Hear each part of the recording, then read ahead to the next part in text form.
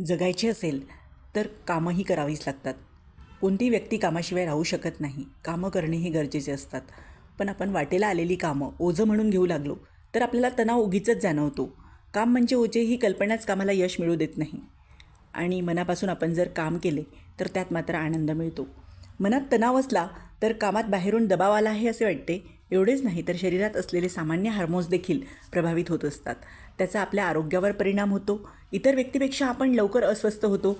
संशोधनात असे आढळून आलेले आहे की दबावाखाली असणाऱ्या माणसांना सायकोसोमॅटिक आजार, मायग्रेन, हाय BP, डायबिटीज, अल्सर यासारखे आजार होतात.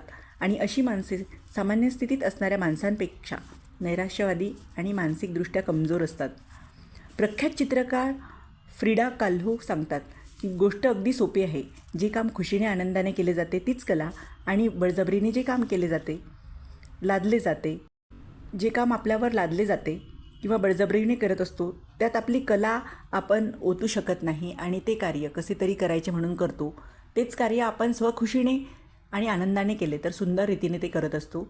त्या कार्यातून कलात्मक सौंदर्य व्यक्त होऊ लागते. प्रसन्न आणि आनंदी मनाशिवाय सृजनाची कार्य होऊ शकत नाही. जी माणसे आपल्या आयुष्यात प्रसन्न आणि आनंदी असतात त्यांचे जीवन, त्यांच्या व्यक्तिमत्वाची रचना, त्यांच्या जीवनाचे सृजन होत असते. अशावेळी त्याच्या हातून होणारी लहान कामे देखील कलात्मक असतात आणि त्यातून कला व्यक्त होते. बेंजामिन फ्रँकलिन सांगतात की अज्ञानी असणे ही काही शरमेची गोष्ट नाही, पण काम करण्याची इच्छा न होणे ही लज्जास्पद बाब आहे. जे काम अनिच्छेने करतात ते काम त्यांना ओझे वाहून नेल्यासारखे जड वाटते. या ठिकाणी मुख्यतः ही अडचण आहे की ते काम आपण आपल्या इच्छेने, आपल्या मर्जीने करू इच्छित नाही. त्यात आपली आवड नसते. कोणी आपल्यावर ते काम लादलेले आहे या भावनेने आदळआपट करून आपण ते करत असतो. आपण ते कार्य कसे तरी करून संपवत असतो. कार्यात जरी अशी आपली पसंती नसेल, रुची नसेल, मन लागत नसेल तर ते कार्य आपल्या हातून चांगल्या प्रकारे घडू शकत नाही. प्रख्यात मानसशास्त्रज्ञ फ्रँक एडलर यांच्या अभ्यासानुसार जे काम आवडीचे असते, विधायक दृष्टीने स्वखुशीने करण्यात येते, ते कार्य सुबक होते. जे लोक आपले काम तणावाच्या स्थितीत राहून करतात त्यांच्या रचनात्मकतेच्या, विधायक दृष्टीचा अभाव असतो. अशा व्यक्ती परंपरावादी असतात आणि त्यांनी आधी असे शिकून घेतले आहे तसेच तेवढेच काम ते करू शकतात.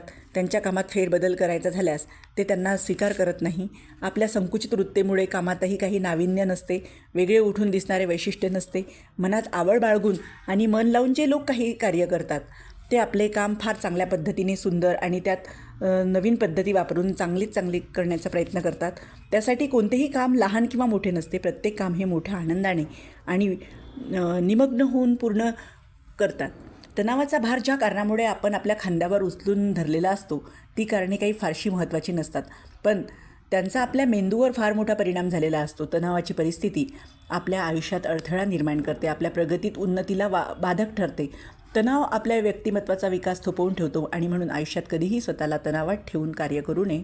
नेहमी तणावातून मोकळे राहून सहज स्वभावानुसार निसंकोचपणे आनंदी राहून मन लावून कार्य केले तर ते नक्कीच यशस्वी होईल.